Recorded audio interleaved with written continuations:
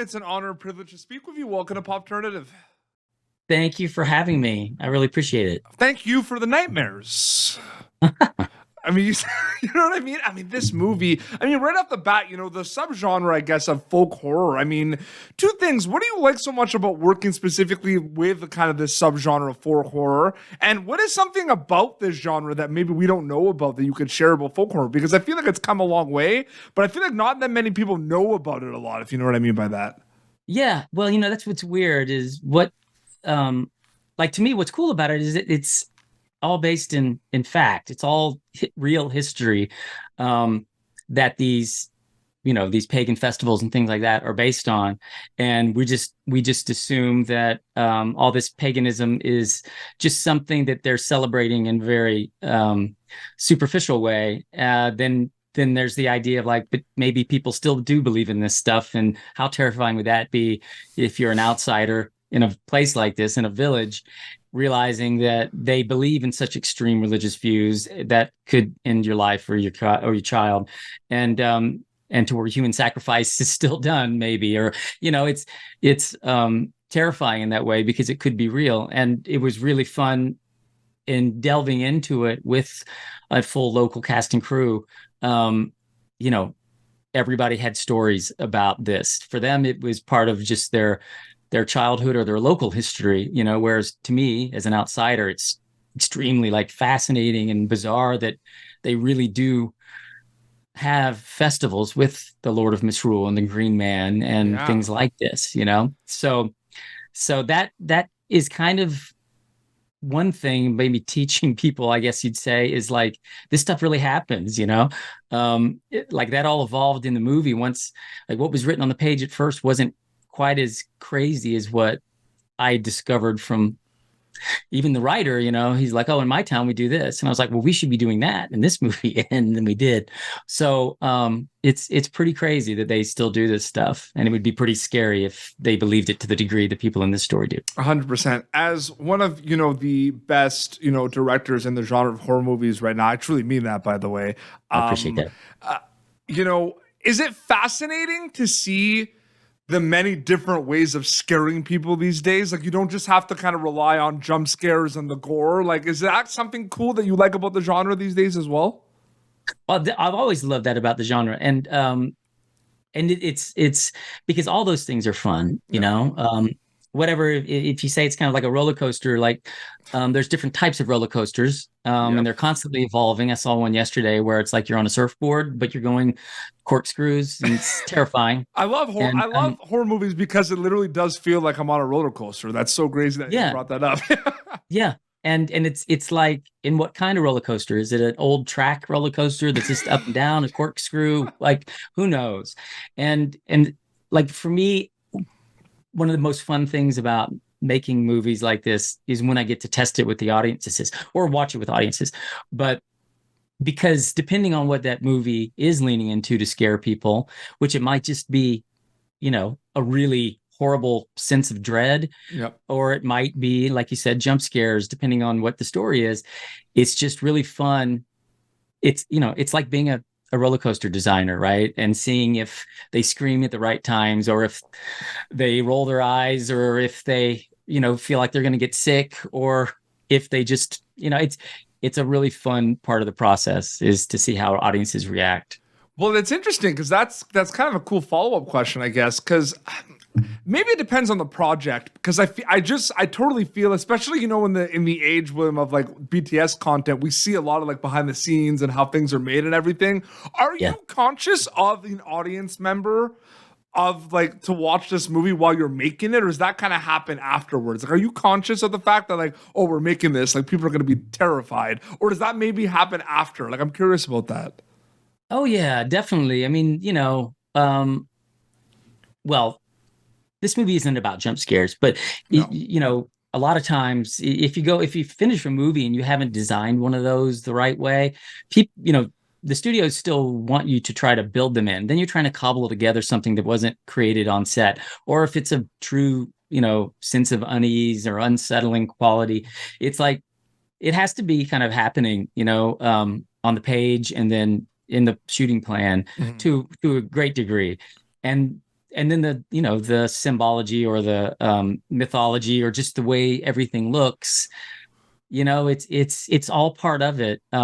I don't try to create something for an audience, like trying to guess how they would feel. Totally. I just know how I would feel if I saw that something. I was doing a movie with Daniel Pearl, who's a director of photography, and it's the same with this. It was this movie. When Ralph first put the mask on, it transformed the way it looked, and it was just, it was pretty shocking, and in a real twisted way. And I was just like, wow, this will make a great poster. So I definitely, think that way. Sometimes, you kind of have to know if you're creating something that at least creeps me and the people around me out. Those masks, terrifying, like nightmares for days. I'm telling you, there's so many of them too. Like when you watch the movie, it's not just one person with a mask. There's a whole village of masks. Yeah, I mean that's one of those challenges with something like this. Is creating unique characters within that whole world that all feel great. And that was like a testament to like Libby Irwin, the costumer, and just everybody involved in the movie. It's like they were able to draw on or create such arresting, scary, haunting. I mean, because it's supposed to be a joyous festival, but it's pretty terrifying. In terms of making a movie, it all starts like it's different kind of directions. That kind of first starting point is always different, right? Because you have the ideas and you get everything together. And I feel like, you have worked on some amazing horror movies and they're all different, but they share a lot of elements. But I'm just curious in terms of your mindset from a filmmaker perspective, William, like, do you take experiences from The Boy and transfer them over to Orphan First Kill? Or do you take experiences from Orphan First Kill and transfer them over to Lord of Misrule? Or are they kind of separate, like movies specifically and separate mindsets? Like, I'm curious about that. I mean, on one level, it's like, we all like all sorts of different types of movies. So if you're making movies, it's no different, everybody likes to kind of think you wants you to do the same thing in a way, or everybody, but to me, I'm like, we all love all different types. So it's, as far as what you said specifically, your question, it's like, it depends on the project, like there are moments in this movie with an audience where people laugh in a way, like with, when the Trimlow sisters laugh in the movie, it's unsettling and like, oh, this is weird. Whereas something like Orphan First Kill, it's like much more of there are humorous moments, but and The Boy too. So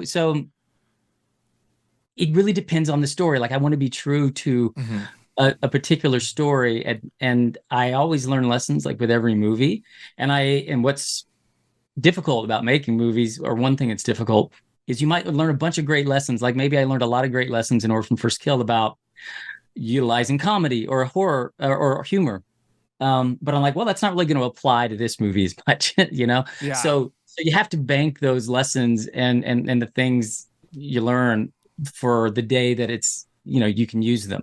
But I can't just force those lessons on the next project if that project doesn't have the same kind of core DNA. It's so funny because I go back to the days of The Boy, and I remember my friend sending me the trailer for The Boy, and I remember that trailer was so well done because it's setting up this whole thing, right? And then all of a sudden, then you see Brahms, and everyone's kind of like, "Wait a second, like what?" You know what I mean? Like this is terrifying because we think they're talking about like a child, and then you see the doll and everything.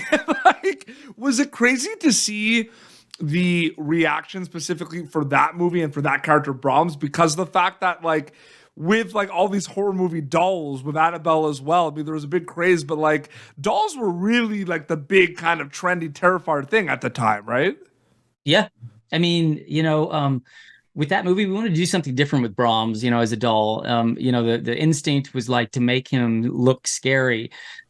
But I'm like, what's scarier to me is a character like Damien from The Omen, is like a sweet little cherubic boy, but he's probably holding a knife behind his back, you Yes. know, and if you get too close, he'll slit your throat. Yeah. And so with that's kind of the approach with Brahms. So yeah, I mean that movie, like it was such a wild ride with an audience, you know.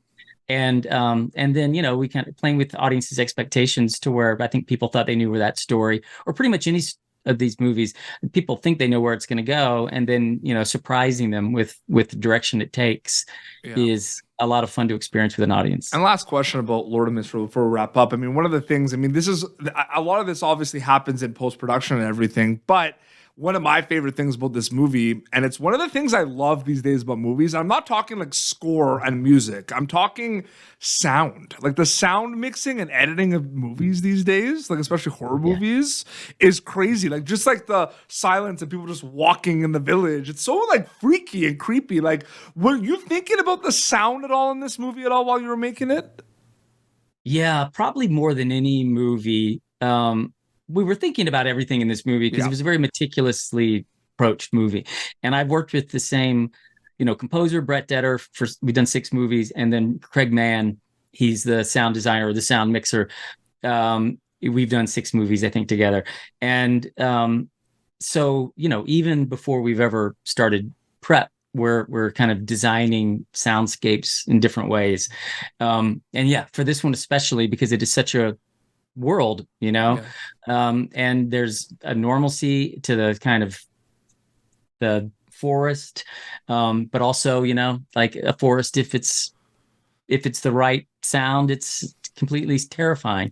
So yeah, it's one of it's an amazing part of the process that can really hurt a movie, or it's a make or break. Like level. The sound is make or break, 100%. It really is. And in December 8th, people are gonna be able to go see it in theaters, and it's gonna be on demand as well. This is a movie theater movie, so people gotta go see it in the theaters, because it's like that's also the sound, right? Like you're seeing these movies, but have you noticed though? Like, do you know what I mean? Like I feel like like it's something I've noticed more. I guess after the pandemic, I was going to the theaters more, but like the sound is like the best part of horror movies. Yeah, I mean, I think people are I think better artists are more invested in horror because the higher ups, the powers that be, are also seeing the that horror movies, the better they are, the more well received they are. And so you know, if you don't pay attention to it and you don't put your best people on it, whether it be sound or color or everything, you know, it doesn't mean that it's going to be a great horror movie. So it's like now people are taking it so much more seriously and allowing us to make movies that just have more time spent on those details, you know, and you're right. Like in a theater, it's always, I mean, movies, I can't imagine any movie not better in a theater, but you know, this is one of those movies that it's an experience. December 8th in theaters and on demand. That's Lord of Misrule. William, it really was an honor and privilege to speak with you. Thank you so much. And thank you for your work in the genre. I really appreciate it. Thanks. No, thank you so much. I appreciate it. Thank you for tuning in to Popternative. Make sure to check out our past episodes of Popternative on YouTube. This has been an Autograph Communications production.